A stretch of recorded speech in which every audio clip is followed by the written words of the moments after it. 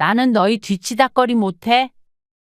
그러니까 어떻게든 둘이 신혼집 구해서 살아봐. 아, 엄마. 무슨 뒤치다꺼리를 한다고 그러세요? 그럼 저희는 결혼을 어떻게 하라고요? 결혼은 너희 둘이 하는 거잖아. 어떻게 결혼하고 나서도 늙은 부모 보고 책임지라는 거야? 책임지라는 게 아니라 그냥 같이 사는 거잖아요. 뭐가 그렇게 힘들어요? 진짜 너무하신 거 아니에요? 너무한 건 너 아니야? 이러다가 엄마 아빠 노후는 누가 책임지는데? 무슨 노후 걱정을 벌써부터 해요. 그리고 저희가 돈을 안 버는 것도 아니잖아요. 그러면 엄마 아빠도 이득 아니에요? 오늘 이야기 속 주인공은 60세 이모연 씨입니다. 그리고 그녀의 아들에 관한 이야기이죠. 옛날엔 자식이 독립하면 쓸쓸할까 걱정했지만 이제는 전혀 다른 걱정을 하게 됐습니다. 30이 넘어도 부모 그늘 아래에서 나올 생각이 없는 자식. 하지만 그마저도 결혼을 하게 되면 달라질 줄 알았습니다. 하지만 부모의 피와 땀으로 호의호식하며 손 하나 까딱 안 하고 쉽게 살려는 생각은 여전했습니다. 내 자식이라 내가 책임져야 된다는 일념으로 살아왔지만 이렇게 나이든 자식까지 뒷바라지하며 살면 결국엔 나의 노후는 챙기지 못할 것 같았습니다. 평생 자식만 키우다가 비참하게 늙을 미래를 생각하니 아찔해졌습니다. 남들은 자식들이 부모와 거리를 둬서 괴로워하지만 그건 임씨의 바람이었습니다. 자식이 부모로부터 완전히 독립하고 각자의 삶을 사는 것 말이죠. 임씨 부부는 아들이 하나 있었습니다. 학창 시절에 동네에서 알아주는 모범생이었습니다. 중학교, 고등학교 시절엔 늘 전교 20등 안에 들었죠. 특별하게 속 썩인 적도 없었고 얌전히 지냈던 아들이었습니다. 처음 보았던 수능 시험에서 미끄러지는 바람에 재수를 하기는 했지만 두 번째 치른 수능 시험 점수가 좋아서 서울에 있는 꽤나 좋은 대학에 입학하게 되었습니다. 그 뒤로도 아들의 삶은 평탄했습니다. 남들 군대 갈 때 다녀오고 복학해서 남들 졸업하는 시기에 함께 졸업했습니다. 그리고 곧바로 취직을 했다면 좋았겠지만 그때부터 아들의 인생은 쉽게 흘러가진 않았습니다. 발표 날짜 지나지 않았어? 아, 발표했죠. 어떻게 됐어? 떨어졌으니까 말 안 했죠. 그래, 알겠어. 다음에 붙으면 되지. 졸업 후에 취업 준비를 하는 아들에게 임씨가 조심스럽게 물었습니다. 들려오는 대답에 더는 묻지 않고 태연하게 끄덕였습니다. 하지만 임씨의 속은 말이 아니었습니다. 일자리를 구하고 있는 기간이 길어지면서 아들이 힘들겠지만 임씨 또한 몸도 마음도 힘들었기 때문이었습니다. 내일 면접 있는데 와이셔츠 어디 있어요? 거기 옷장에다가 걸어놨어. 네. 밥은요? 30분 있다가 나와. 아버지 오늘 늦게 오신다니까 너부터 먹어. 알겠어요. 아들은 고개를 끄덕이고 방에 들어갔습니다. 가끔 면접 보러 나갔다 오는 것 외에는 대부분 집에 틀어박혀 있거나 친구들을 만나러 가는 아들을 보고는 임씨는 남몰래 한숨을 내쉬었습니다. 아들을 닥달하고 싶지는 않지만 답답한 심정은 어쩔 수 없었습니다. 그리고 외출하지 않는 날에는 하루 종일 방에 틀어박혀서 화장실 갈 때나 밥 먹을 때를 제외하고는 나오지도 않는 아들이었습니다. 취업 준비를 하고는 있다지만 사실상 백수나 마찬가지였죠. 그리고 그런 아들의 뒤치다꺼리를 하는 것은 임시부부였습니다. 30분 뒤에 식탁 앞에 앉아서 휴대폰을 보며 밥을 깨작깨작 먹고 있는 아들을 보니 머릿속이 참 복잡했죠. 아들이 입은 옷을 빨고 밥을 차리고 그리고 다달이 생활비도 임시 부부가 주고 있는 실정이었습니다. 아직 독립을 하지 않았기 때문에 그 부분은 감수하고 있었지만 그 기간이 길어지자 걱정이 됐죠. 저 운전면허 따려고요. 갑자기 웬 운전면허야? 그동안 차를 탈 일이 없기에 아들은 아직 운전면허가 없었습니다. 하지만 취업하는데 운전면허 하나쯤은 있어야 할 것 같다기에 그러라고 했죠. 물론 그 비용은 임 씨의 남편이 주었습니다. 너 학원 안 가니? 어차피 매일 똑같은 거 해요. 그러다가 지난번에 떨어졌잖아. 좀만 더 잘 테니까 깨우지 마세요. 운전면허 학원에 등록을 해줬더니 이 핑계 저 핑계를 대고 가지 않는 아들. 면접에서 자꾸 떨어져서 기가 죽을까 싶어서 그냥 두었더니 이제는 책임감마저 사라지고 있는 듯 했습니다. 물론 아들이 처음부터 그런 것은 아니었습니다. 취업하지 못하고 집에 있는 기간이 1년. 2년이 지나가자 되려 절박함이 없어진 것 같았죠. 그럴 거면 독립해. 그러자 임 씨도 남편도 더 이상 두고 볼 수가 없었습니다. 독립이요? 꼭 부모에게 버림이라도 받은 듯한 아들의 표정에 기가 막혔습니다. 너 어차피 집에만 있잖아. 나가서 살면서 아르바이트도 하고 생활비 정도는 혼자 벌어서 써. 제가 집에서 놀고 있는 줄 아세요? 취업하려고 준비하고 있는 거잖아요. 너 새벽까지 게임하는 거 몇 번 봤다? 그러자 말문이 막힌 아들. 임 씨의 남편은 그런 아들에게 윽박을 질렀습니다. 그리고 며칠간 설득해서 결국엔 독립시키게 되었습니다. 아들을 내보내니까 임 씨와 남편은 너무 편했습니다. 오히려 혼자 살면 취업도 더 빨리 될 거야. 아들이 독립하자 임 씨 부부는 용돈도 끊었습니다. 나이를 보면 사실 용돈을 받을 나이도 아니었죠. 그래서 임 씨는 금방 아들이 취직을 할 수 있을 줄 알았습니다. 벌써 준비한 기간이 상당했으니 말이죠. 안 되면 회사 수준을 낮춰서라도 들어갈 수 있지 않을까 했습니다. 하지만 그건 바람일 뿐이었습니다. 저 이제 그냥 다 그만두고 싶어요. 왜 그래? 또 떨어졌어? 제 길이 아닌 것 같아요. 좀 더 작은 회사에 넣어보면 되잖아. 넣을 수 있는 곳은 다 넣고 있어요. 그리고 알바도 하면서 취업 준비도 하고 힘들어서 못 해먹겠어요. 취업에만 집중할 수 없다는 아들의 말에 임 씨도 마음이 술렁거렸습니다. 요즘 취업이 힘들다는 소리는 들었지만 멀쩡하게 서울에 있는 대학을 나와서 이렇게 몇 년 동안 회사에 못 들어간다는 게 말이나 되나 싶었습니다. 임 씨와 남편 모두 젊었을 때 고생을 만만치 않게 했기 때문에 그 시절도 떠올랐습니다. 아들이 독립한 지 2년 가까이 됐는데 무작정 아들을 독립시켰던 게 너무 가혹한 선택이었나 싶었습니다. 괴로워하는 아들을 임 씨 부부는 차마 외면하지 못했습니다. 아들의 말대로 하나에만 집중해서 얼른 합격한 뒤에 완전한 독립을 하는 게 더 빠른 길이라는 생각도 들었습니다. 그래서 아들은 독립한 지 2년이 채 안 돼서 다시 임 씨의 집으로 들어오게 되었죠.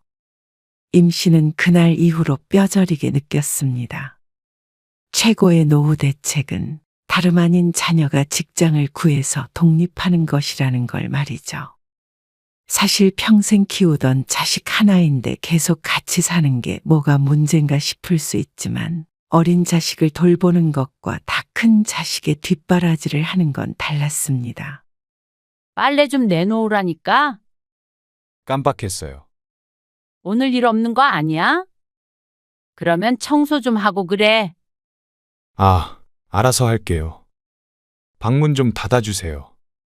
밥도 좀 때 되면 먹고 그래. 2번 못 차리니까 먹고 설거지 꼭 하고. 알겠다니까요. 신경질적인 아들의 목소리를 듣고는 임 씨도 방문을 쾅 닫았습니다. 다시 아들과 같이 살기 시작한 후에 처음엔 괜찮았습니다. 하지만 취업 기간이 길어지면 길어질수록 서로 힘들었습니다. 전에는 심적으로 가장 힘든 것은 아들일 거라는 생각에 임씨는 힘들어도 좀 참자 싶었습니다. 늘 원할 때마다 밥상을 대령할 수는 없는 노릇이라 알아서 차려 먹으라고 했지만 혼자서는 식사를 거르기 일쑤였습니다. 처음엔 걱정돼서 챙겨주었는데 이제는 임씨도 포기한 상태였습니다. 그러다 보니 아들과 마찰이 생기는 일이 늘어갔죠. 임씨는 지칠 대로 지쳤습니다. 너 지금까지 게임한 거야? 새벽에 잠시 잠에서 깼다가 화장실에 다녀온 사이에 쾅쾅거리는 시끄러운 소리에 아들의 방문을 살짝 열어보았습니다. 새벽 3시가 넘어가는 시간에도 게임을 하느라 여념이 없는 아들을 보고 임씨는 지끈거리는 머리를 짚었습니다. 힘든 사람은 임씨 부부뿐인 것만 같았습니다.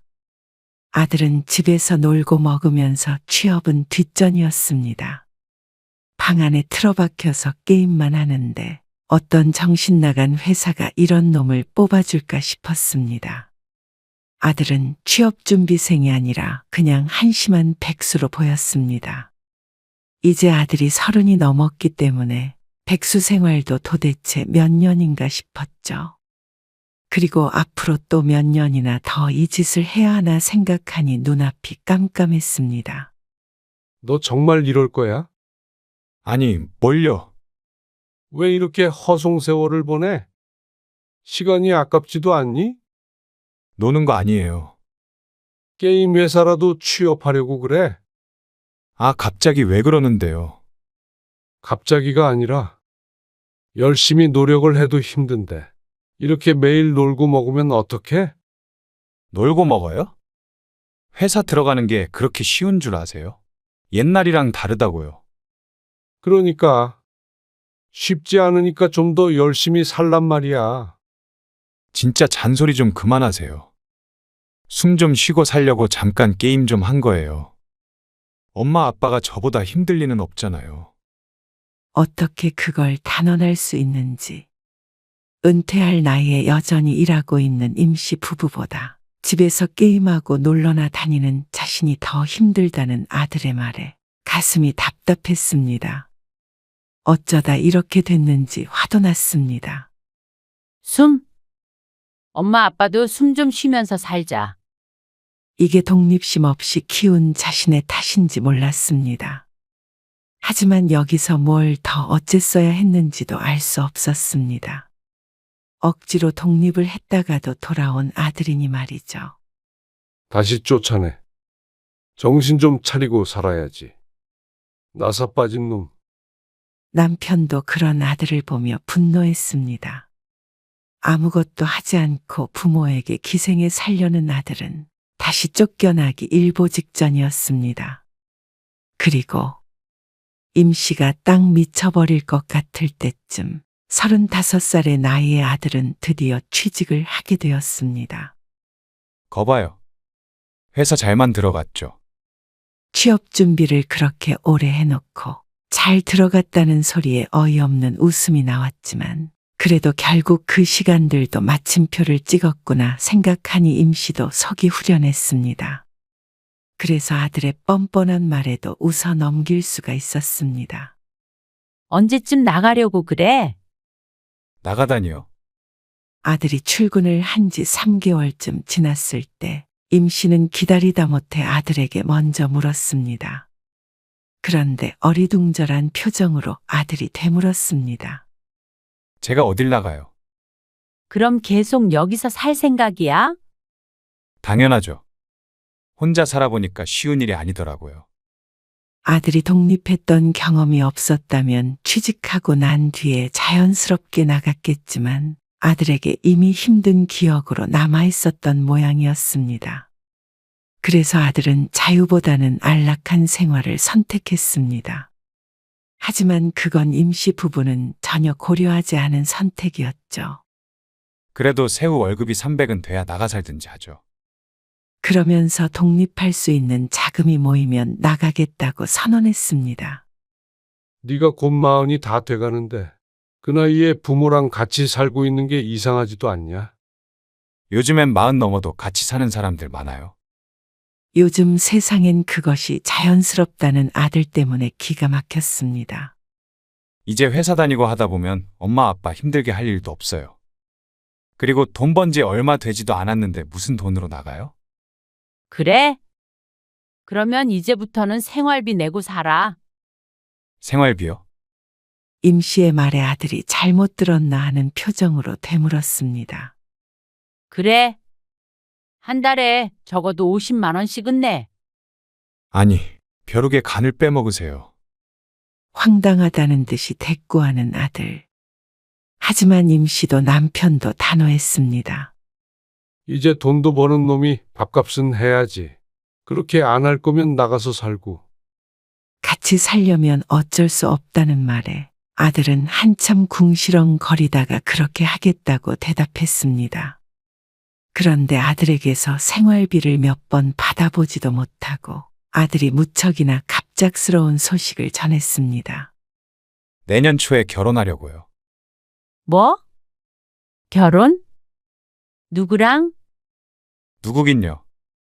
여자친구랑 하죠. 임 씨도 남편도 예상도 못한 말이었습니다.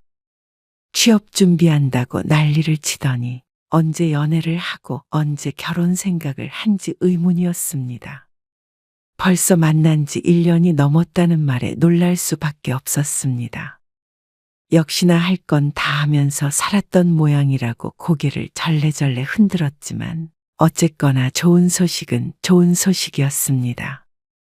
김영주라는 아들의 여자친구는 근처 작은 회사에 다닌다고 했습니다. 친구의 소개로 만났다면서 내년에 결혼을 약속했다고 말했습니다.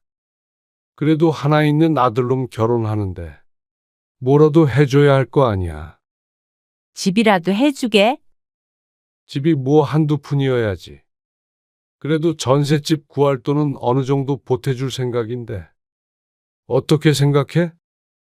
임 씨는 여태 끼고 살며 키워준 값을 생각하면 집값은 충분히 된다고 생각했습니다. 하지만 그런 생각을 하더라도 그래도 자식인데 맨몸으로 결혼시킬 수는 없겠다 싶었죠. 하지만 그런 고민이 무색했습니다. 아들이 여자친구를 소개해준다며 데리고 와서는 황당한 말을 했기 때문이었습니다. 처음 뵙겠습니다. 아이고, 반갑네요. 임 씨 부부가 며느리가 될 아가씨를 반갑게 맞았습니다. 식사도 함께하며 화기애애하게 대화도 나눴죠. 그러다가 결혼 계획에 대한 이야기가 나왔습니다. 집은 어느 쪽에다 얻으려고 그래? 전셋값이 얼마나 될지 가늠해 보려고 물어보았는데 돌아오는 대답이 당황스러웠습니다. 아, 그 문제 말인데요. 결혼하면 이 집에 들어와서 살려고요. 이 집? 어리둥절하게 대꾸한 임 씨가 남편을 쳐다보자 눈이 마주쳤습니다. 서로의 표정이 왠지 똑같은 듯 했습니다. 여기에 들어와서 살겠다는 말이야? 남편이 묻자 아들이 태연하게 대답했습니다. 그게 좋을 것 같아요. 영주랑 지난번에 상의도 해봤는데요. 둘 다 모아둔 돈도 별로 없고 영준의 부모님도 아직 노후 준비 중이라고 하셔서요. 예비 며느리가 아들 옆에서 민망하다는 듯이 웃었습니다. 모아둔 돈이 없고 집안에서 지원이 없는 것도 심란한 문제였지만 임 씨에게 직면한 가장 큰 문제는 아들네가 결혼해서 임신의 집에 들어와 살겠다는 것이었습니다. 차라리 여유가 없으니 조금 더 보태달라고 했다면 고심했을 텐데 아무런 거리낌 없이 이곳에서 산다는 말에 어처구니가 없었습니다. 무슨 말을 하는 거야? 요즘 내 집 마련이 얼마나 힘들어요. 그걸 몰라서 묻는 게 아니었습니다.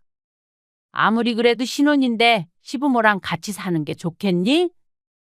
임 씨가 예비 며느리를 보며 말했습니다. 그런데 예비 며느리도 아들과 같은 뜻인 것 같았습니다. 저는 괜찮아요. 옆에서 남편이 속마음을 숨기지 못하고 허허하며 한숨을 쉬었습니다. 그러지 말고 엄마 아빠가 조금 보태줄 테니까 대출 좀 받아서 전셋집이라도 구해. 대출이요? 그래. 그래서 돈 좀 모은 다음에 나중에 집을 사든 하면 되지. 뭐하러 대출까지 받아가면서 그래요? 돈을 모아도 여기 들어와서 살아야 더 모으죠. 생활비도 아끼고 좋잖아요. 답답함에 가슴을 치고 싶은 심정을 누르며 임 씨가 대꾸했습니다. 대출이 싫으면 월세라도 얻어서 나가서 살아. 아니, 그래서 언제 돈 모으고 언제 애 낳고 살아요. 요즘 물가도 살벌해요. 그러면 그 돈은 누구의 주머니에서 나오는 것인지 몰랐습니다. 들어와서 살며 돈을 아끼겠다는 말이 기분 좋게 들리지 않았습니다. 저는 당연히 엄마 아빠도 그런 생각하고 계실 줄 알았는데요. 그러면서 다들 같이 살자고 하면 좋아하지 않나 하고 중얼거리는 아들을 보며 남편이 이 말을 짚었습니다. 아니, 엄마 아빠는 그런 생각 해본 적 없어. 다 갖춰놓고 살 수는 없지만 그래도 너희끼리 사는 게 좋지 않겠냐? 너희도 그렇고 우리도 그렇고. 불편하잖냐? 안 불편해요. 애도 생기고 그러면 전 오히려 같이 사는 게 훨씬 좋을 것 같은데요, 뭘. 아들의 마지막 말에 임 씨의 얼굴이 하얗게 질렸습니다. 아직 경험하지 않았지만 눈앞의 미래가 펼쳐지는 듯한 기분이었습니다. 그건 힘들 것 같다. 천천히 집 구해봐. 내년에 한다며 결혼도. 그러자 아들이 이해할 수 없다는 듯한 표정을 지었습니다. 저희가 괜찮다니까요. 아, 우리가 안 괜찮으니까 그렇지. 임 씨도 언성이 높아지려는데 남편이 옆구리를 찔렀습니다. 예비 며느리 앞에서 큰 소리 내는 게 신경 쓰이는 듯 했습니다. 임 씨도 다시 목소리를 가다듬었습니다. 예비 며느리를 보니 힐끔힐끔 눈치를 보고 있었습니다. 일단은 천천히 다시 얘기하자. 남편이 임 씨와 아들을 중재하며 말했습니다.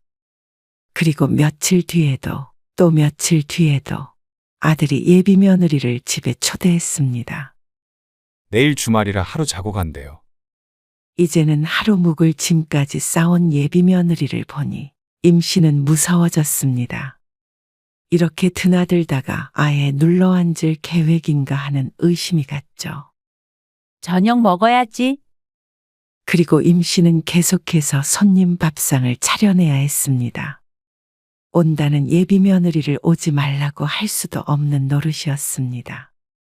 그런데 이놈의 아들도 그렇고 예비 며느리도 그렇고 뭐 하나 도와줄 생각은 아무도 하지 않았습니다.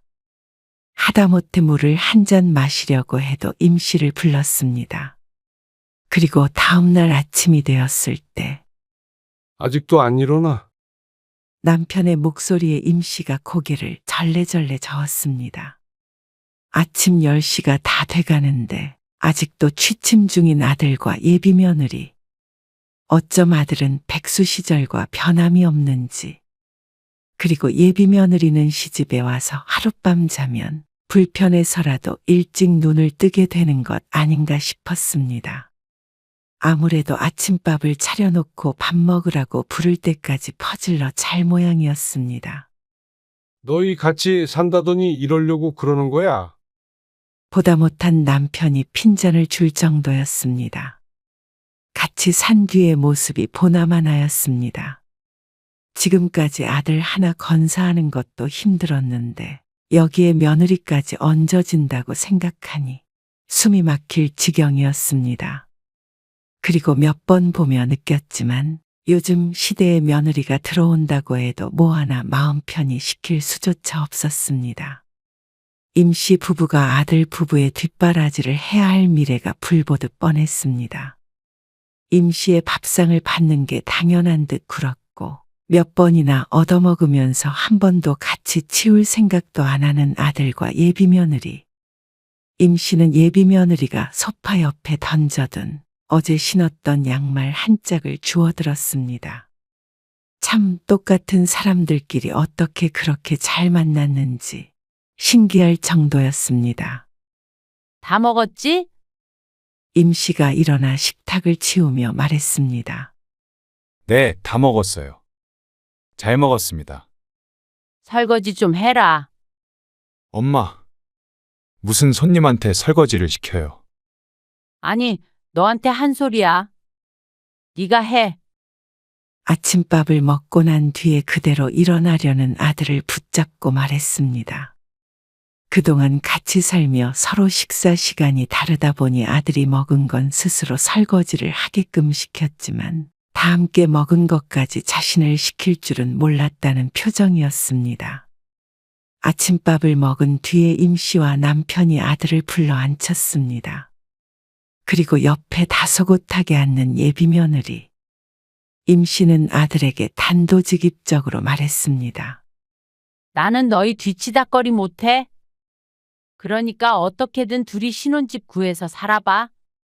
아, 엄마. 무슨 뒤치다꺼리를 한다고 그러세요? 그럼 저희는 결혼을 어떻게 하라고요? 꼭 임 씨 부부 때문에 결혼을 못하는 것처럼 말하는 아들 때문에 어이가 없었습니다. 결혼은 너희 둘이 하는 거잖아. 어떻게 결혼하고 나서도 늙은 부모 보고 책임지라는 거야? 책임지라는 게 아니라 그냥 같이 사는 거잖아요. 뭐가 그렇게 힘들어요? 진짜 너무하신 거 아니에요?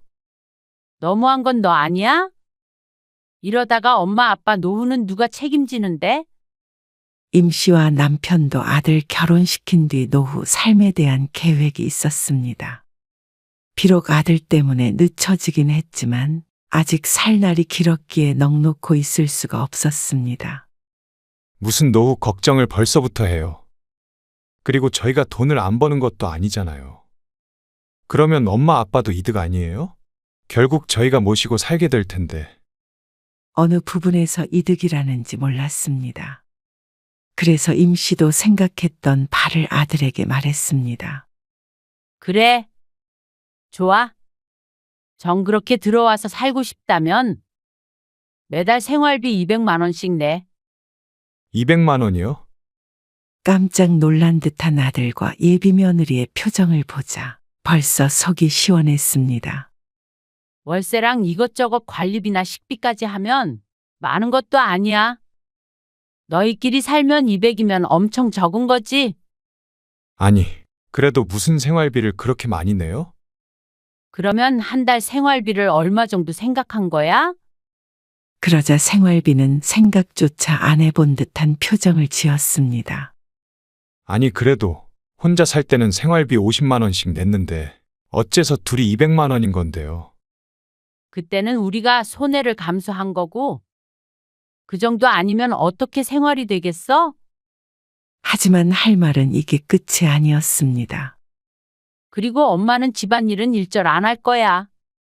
하더라도 엄마 아빠 목만 할 거고 그게 무슨 말이에요? 너희 먹을 밥은 너희가 하고 너희 빨래도 청소도 다 너희가 하라는 거야. 다 같이 밥 먹을 일이 있으면 돌아가면서 하고 그런 가족이 도대체 어디 있어요? 아니, 그럴 거면 뭐하러 같이 살아요? 임 씨는 그 말이 황당했습니다. 뒷바라지 필요 없다더니 그런 게 없으면 같이 살 필요가 없다는 말이었습니다. 그 말이 뜻하는 바는 명확했죠. 너희는 엄마가 다 해줄 줄 알고 같이 살자는 거야? 뭐 사는 것도 공짜로 살고 파출부도 공짜로 드리는 개념이니? 아니, 무슨 말을 그렇게 해요? 너희 말대로 모시고 사는 거면 나는 손 하나 까딱 안 하고 돈 한 푼 안 들여야 맞는 거 아니야? 돈 거라고 생각하면 100번 양보해서 하겠는데 우리한테 의탁할 생각이면 그건 절대 안 돼. 엄마 아빠도 노후 계획이 있는 거야. 대신 독립해서 살면 나중에 우리 봉양하라는 소리도 절대 안 할게. 용돈 줄 필요도 없고 나중에 노후 책임지라는 소리도 안 해. 그냥 서로 스스로 앞가림하며 살자. 아들은 왜 이렇게 냉정하냐며 화를 냈습니다. 진짜 이해가 안 되네요. 무슨 부모가 그래요? 자식이 힘들 때 도와야 부모 아니에요? 여태까지 엄마 아빠가 한 일은 아무것도 아니야? 그건 당연한 거죠. 기가 막힌 아들의 말에 임 씨도 남편도 허공을 보며 후회의 한숨을 내뱉었습니다. 너는 이참에 짐 싸서 나가라. 그래. 결혼할 때까지 기다릴 것도 없겠다. 남편과 마음이 딱 맞았습니다. 아니, 지금 나가라고요? 그래. 오늘 짐 싸서 내일 나가. 무슨 말이에요? 이제 더 이상 누릴 자격이 없다. 가서 원룸을 구하든 말든 나가. 그리고 결혼할 때 엄마 아빠 도움도 바라지 말고. 아들은 예비 며느리 앞에서 창피를 준다며 가방에 옷까지 몇 개를 챙겨서 나갔습니다. 그 뒤를 예비 며느리가 따랐습니다. 그리고 임 씨는 그런 아들을 붙잡지 않았고 오히려 아들 짐을 전부 꺼내놨죠. 결혼도 알아서 하라 그래. 어차피 결혼까지는 한참 남았기에 그때까지 같이 돈을 모으면 월세 보증금 정도 마련하는 건 어려운 일도 아니었습니다. 다 큰 자식 힘들게 살까 걱정도 이제 그만 둘 생각이었습니다. 지지고 볶으며 잘 살든 말든 아들이 알아서 할 문제였습니다. 부모의 도움을 고마워한다고 하더라도 힘들겠지만 도무지 자신이 얼마나 많은 걸 누리며 살았는지도 모르고 고마운 줄 모르는 아들이 괘씸했습니다. 아들이 완전히 자리 잡는 것까지 기다리다가는 임씨 부부가 길거리에 나앉게 생겼죠. 그래서 임씨 부부는 아들 결혼에 아무것도 보태주지 않을 작정이었습니다. 35가지 키워준 돈이면 집 한 채는 사고도 남았으니 말이죠. 다음 날 아들에게 바깥에 꺼내놓은 짐들의 사진을 찍어 보내자 불이 나게 달려왔습니다. 그러고는 임 씨에게 따져 물었습니다. 엄마, 아빠, 부모님으로서 정말 너무한 것 같네요. 그런 아들에게 남편이 말했습니다. 그러면 너는 자식으로서 너무한다고 생각 안 하냐? 아들에게 더 이상 말은 하지 않았습니다. 자식에게 효도를 바란 것도 아니었는데 이렇게 말년을 피폐하게 만들 줄은 몰랐습니다. 임 씨도 아들이 결혼만 하면 끝날 것이라고 생각했으니 말이죠. 아들이 차를 불러 짐을 챙겨갔습니다. 강제적으로 독립을 한 셈이었습니다. 아들이 나간 자리를 둘러보곤 임 씨는 씁쓸함이나 슬픔보다는 수십 년 묵은 체증이 내려간 듯한 기분이 들었습니다.